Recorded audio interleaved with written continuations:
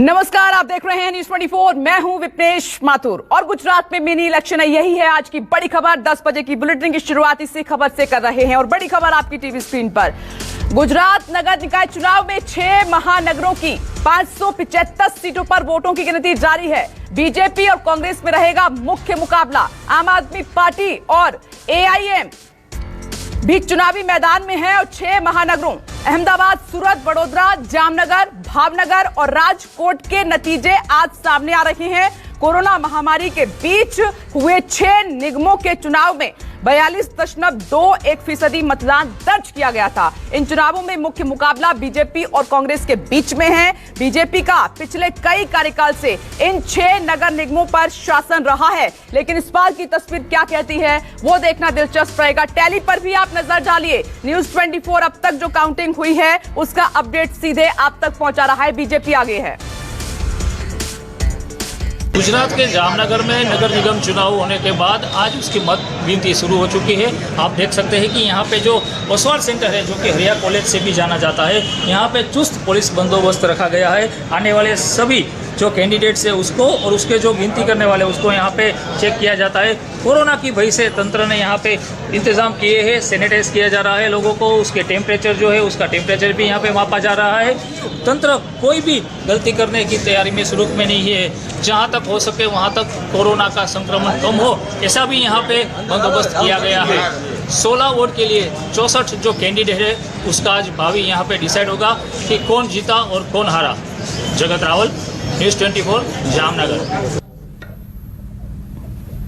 4 तस्वीर इस वक्त आपकी टीवी स्क्रीन पर। अहमदाबाद, सूरत और वडोदरा, राजकोट। अब यहां पर तस्वीर बदलती है या फिर नहीं। पिछली बार आपने देखा था कि शहरी वोटर्स पर बीजेपी हमेशा से मजबूत रही है। ग्रामीण जो वोटर्स हैं वहां पर झटका लगता है। कांग्रेस वहां पर मजबूत है क्योंकि इस बार मुद्दे कई सारे हैं। आंदोलन है, महंगाई है। बीजेपी को घेरने की विपक्षी पार्टियों ने भरपूर तरीके से कोशिश की है। क्या उनका असर होगा ये देखना दिलचस्प रहेगा। बैलेट पेपर के बाद ईवीएम की काउंटिंग भी शुरू हो गई है। 4 तस्वीरें इस वक्त आपके सामने। चारों जगह से अपडेट थोड़ी देर में आप तक पहुंचाएंगे, लेकिन टैली पर अगर आप नजर डालेंगे तो बीजेपी आपको आगे नजर आ रही है। कांग्रेस 3, आम आदमी पार्टी और अन्य पर अभी खाता इनका नहीं खुला है। इस पर बड़ी कवरेज न्यूज 24 की लगातार जारी है। अहमदाबाद से भूपेंद्र सिंह हमारे साथ जुड़ गए हैं, वडोदरा से जावेद शेख, राजकोट से दिग्विजय सिंह हमारे साथ मौजूद है। एक एक करके सभी के पास आपको लिए चलते हैं, लेकिन सबसे पहले सबसे बड़े शहर अहमदाबाद आपको लिए चलते हैं भूपेंद्र सिंह के पास। भूपेंद्र सिंह, शुरुआती नतीजे जो काउंटिंग हो रही है बैलेट पेपर के बाद ईवीएम की, उसमें बीजेपी आगे नजर आ रही है। अभी ताजा अपडेट क्या है वहां से? देखिए, जिस तरह का अनुमान लगाया जा रहा था कि बीजेपी का घोड़ा जो है वो सबसे आगे रहेगा, वैसा ही शुरुआती रुझानों में देखने को मिल रहा है। मैं आपको 6 महानगर पालिका का एक टैली बता दूं। फिलहाल शुरुआत के जो रुझान आए हैं, 10 बजे के आंकड़े जो मेरे पास आए हैं, उसमें अहमदाबाद की कुल 192 बैठक है, उसमें से 37 पर बीजेपी आगे चल रही है, 6 पर कांग्रेस है। आप और ओबीसी की टीम का अभी तक कोई खाता नहीं खुला है। सूरत में कुल 120 बैठक में से बीजेपी 22 पर आगे चल रही है, कांग्रेस 6 पर। और वहां सबसे चौंकाने वाली बात है, आप 1 सीट पर आगे चल रही है। जिस तरह का अनुमान लगाया जा रहा था कि सूरत में आप कोई न कोई कमाल जरूर दिखा सकती है, तो उसमें आप जो है 1 सीट पर आगे दिखाई दे रही है। राजकोट के अंदर 72 में से 15 बैठकें हैं, 3 पर कांग्रेस आगे चल रही है, 15 पर बीजेपी आगे चल रही है, कुल 72 में से। वहीं वडोदरा में 76 है, जिसमें बीजेपी 17 और कांग्रेस 4। जामनगर में 64 में से बीजेपी 11 और कांग्रेस 4 पर आगे चल रही है। और भावनगर में 52 बैठकों में से बीजेपी 10 और कांग्रेस 4 पर आगे चल रही है। तो ये शुरुआती रुझान आए हैं। यहाँ पर मैं मौजूद हूँ इस समय अहमदाबाद के गुजरात कॉलेज के बाहर। यहाँ का एक नजारा आपको दिखा दूं कि किस तरह से लोगों में अब जो है कुतूहल। एक बड़ी स्क्रीन यहाँ पर लगाई गई है जिसमें अहमदाबाद के जो तमाम वोट है उनके नतीजे आ रहे हैं, कितना वोट किसको मिला हुआ है। और लोगों में अब धीरे धीरे इस चीज को लेकर उत्सुकता भी देखने को मिल रही है। लोग यहाँ पर धीरे धीरे जमा होने लगे हैं ये जानने के लिए कि आखिर महानगर पालिका में भगवा लहराएगा या फिर एक बार पंजा दिखाई देगा। तो यही सब तमाम चीजें हैं, लेकिन अंदर जो है वो बहुत ज्यादा सख्ती बरती जा रही है, क्योंकि रात को कुछ तरह की खबरें आई थी कि ईवीएम से छेड़छाड़ हो सकती है और इसको लेकर पुलिस के जो पुख्ता इंतजाम यहाँ पर किए गए हैं। पैरामिलिट्री फोर्सेस जो है वो भी यहाँ पर तैनात की गई है। तो अंदर काउंटिंग सेंटर में जो 5 धारक है उनके अलावा किसी को भी जाने की इजाजत नहीं है। उम्मीदवार और उनके एजेंट को ही प्रवेश दिया जा रहा है, क्योंकि कोरोना गाइडलाइन के तहत ये भी ध्यान रखा जा रहा है कि कहीं बहुत ज्यादा भीड़ ना हो। तो ये तमाम एहतियात बरते जा रहे हैं। वही बात नतीजों की, जिस तरह के रुझान आ रहे हैं, बिल्कुल उस तरह की उम्मीद की जा रही थी। 6 महानगर पालिकाओं पर पहले से ही भाजपा का कब्जा है। इस बार किस तरह के नतीजे आते हैं, खास करके ये देखना होगा कि आप और ओवैसी की जो पार्टी है वो वोट कटुआ पार्टी साबित होती है, किसके वोट काटती है, या फिर अपनी कोई जमीन तैयार करती है, ये देखना दिलचस्प होगा। भूपेंद्र, आप हमारे साथ बने रहिए। देखिए भूपेंद्र ने ओवरऑल अब तक का बड़ा अपडेट क्या है हर सीट से, वो आपके सामने पहुंचाया है। टैली आपके सामने है। देखिए हर जगह बीजेपी आगे नजर आ रही है। 6 महानगर पालिका, 576 सीटें और परिणाम, शुरुआती रुझान आपके सामने। अब आपको बड़ोदरा लिए चलते हैं। जावेद शेख हमारे साथ मौजूद हैं। जावेद, अभी भूपेंद्र सिंह से बात हो रही है कि बीजेपी लगातार बाजी मार रही है। पहले से ही तमाम ये महानगर पालिका 6 जो है उस पर बीजेपी का कब्जा है। अभी वहां पर क्या स्थिति है, ताजा अपडेट क्या है, कौन आगे कौन पीछे?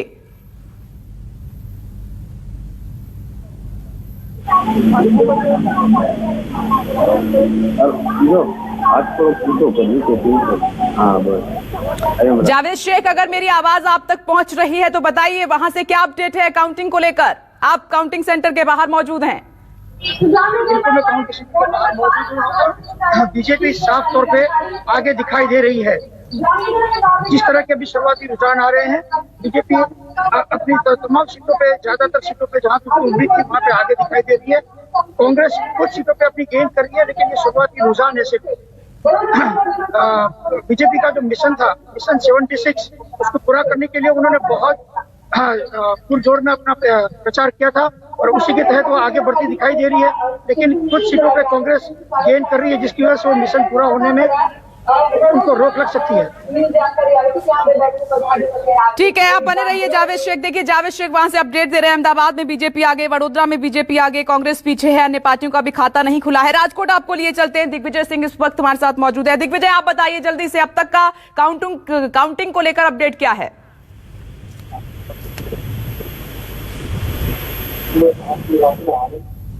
47% मतदान हुआ था। इस बार भाजपा और कांग्रेस के बीच में कांटे की टक्कर है, क्योंकि 2015 में कांग्रेस को 34 सीटें मिली थी, जब भाजपा को 38 सीटें मिली थी। और इस बार दोनों पार्टी के साथ आप भी इस बार मैदान में है, तो दोनों पार्टी के लिए इस बार खरी का जंग जारी है। और इस समय जब मुख्यमंत्री विजय भाई रूपानी का भी जो एरिया है, और विजय भाई रूपानी भी इस बार किसी किट पहन के कोरोना पॉजिटिव होने के बाद भी वोट डील करने के लिए आए थे। खासकर राजकोट की एक बात देखें तो राजकोट में अभी तक 2015 में जो जितने परसेंटेज मतदान हुआ था, उससे 5 से 7% 2021 में मतदान हुआ है। तो लोगों में मतदान के लिए बहुत जागरूकता नहीं थी, फिर भी इस बार भाजपा और कांग्रेस के रुझान आए हैं। ठीक है, आपके पास लौटेंगे हर सीट का पूरा हाल। न्यूज़ 24 सबसे पहले आपके पास रुक रहा है। देखिए जामनगर से भी अपडेट हमारे सामने निकल कर आ रहा है। अहमदाबाद, बड़ोदरा, राजकोट पे कांटे की टक्कर, वहां पर दिग्विजय सिंह हमें बता रहे हैं। लेकिन ओवरऑल आप देखेंगे तो बीजेपी सबसे ज्यादा आगे है, 576 सीट, बीजेपी 142, कांग्रेस 30, आम आदमी पार्टी और अन्य का खाता अभी तक खुला नहीं है। लेकिन एक बार फिर से अहमदाबाद, भूपेंद्र सिंह, क्या इस बार जो मुद्दे रहे हैं, जो विपक्षी पार्टियों की तरफ से उठाए गए, उनका कुछ असर होगा? क्योंकि शुरुआती रुझान में तो दिखाई नहीं दे रहा है।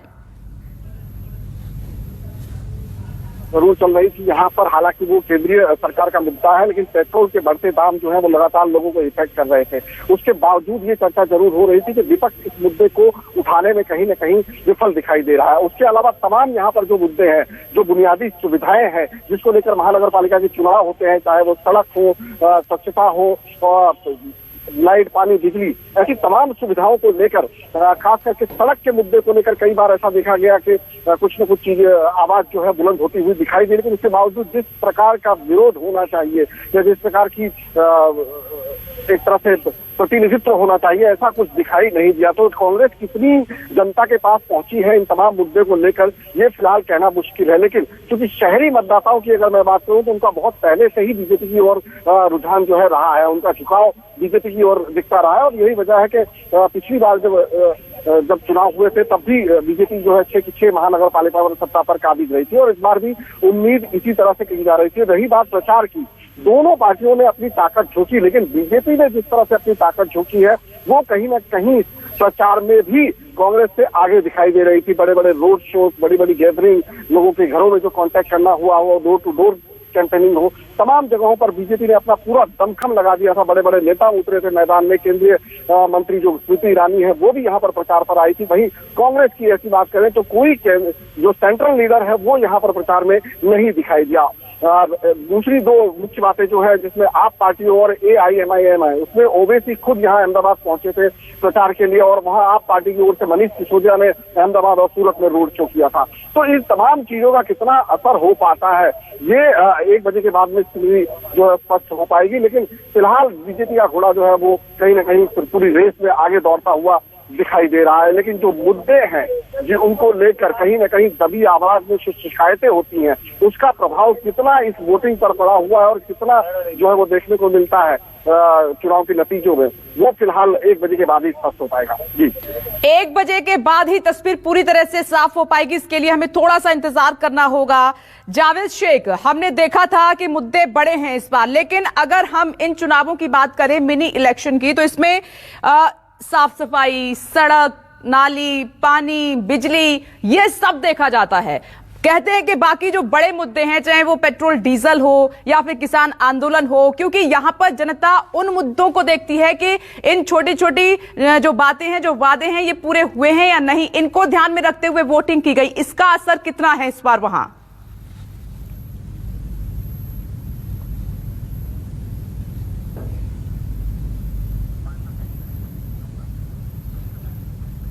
चलिए, संपर्क अभी हमारा जावेद शेख के साथ नहीं हो पा रहा है, हम उनके पास आपको लिए चलेंगे। दिग्विजय सिंह भी लगातार हमारे साथ बने हुए हैं, लेकिन खास मेहमान भी इस वक्त हमारे साथ मौजूद हैं। चर्चा की शुरुआत करते हैं। हिमाल व्यास जी इस वक्त हमारे साथ बीजेपी प्रवक्ता जुड़ गए हैं, बीजेपी की तरफ से अपना पक्ष रखेंगे, और रोहन गुप्ता जी भी हमारे साथ मौजूद हैं, कांग्रेस प्रवक्ता हैं। लेकिन सबसे पहले यमल व्यास जी आपके पास आते हुए, शुरुआत अच्छी है आपके लिए, आगे हैं, लीड कर रहे हैं, कैसे देख रहे हैं आप? हमने तो जब से चुनाव की प्रक्रिया शुरू हुई तब से कहकर चल रहे हैं कि इस चुनाव को हम बहुत अच्छी तरह से जीतेंगे। पहले ही दिन से देखा गया कि कांग्रेस तो कहीं पिक्चर में थी ही नहीं। कांग्रेस का कैंपेन, कांग्रेस के बहुत सारे प्रत्याशियों के मैंडेट वो फाड़ दिए गए, वो लेकर भाग गए कुछ मैंडेट लेकर के, और बहुत सारे फॉर्म उनके रिजेक्ट हो गए। तो कांग्रेस का ऑर्गेनाइजेशन पहले से चुनाव के लिए तैयार ही नहीं था। दूसरी बात, भारतीय जनता पार्टी के हमारे जो प्रदेश अध्यक्ष CR पाटिल जी, उन्होंने जो पन्ना प्रमुख वाला जो पूरा प्रोजेक्ट किया था, पन्ना समिति वाला, वो पेट समिति के हर गांव में, हर शहर के हर वार्ड में लोग पहुंचे थे। हमारे पेट समिति बन गई है और उसका इतना अच्छा ये प्रभाव हुआ कि कोरोना के इतने बड़े महामारी में भी उसके बाद इतना डर था, वो भी पिछली बार से हर जगह, अहमदाबाद में थोड़ा कम हुआ, बाकी हर जगह सबसे ज्यादा पिछले बार से ज्यादा वोटिंग परसेंटेज हुआ। और कुल मिलाकर गुजरात के 6 महानगरों में 9 लाख लोगों ने ज्यादा वोट। शहर में तो बीजेपी अच्छा करती आई है, लेकिन ग्रामीण स्थिति इस बार क्या है, इसको भी हम समझने की कोशिश करेंगे। एक छोटा सा ब्रेक, चर्चा आगे भी जारी है। ब्रेक के बाद सवाल होगा रोहन गुप्ता जी से। छोटा सा ब्रेक, फौरन लौट रहे हैं। बड़ी कवरेज मिनी इलेक्शन पर जारी है, आज परिणाम का दिन है।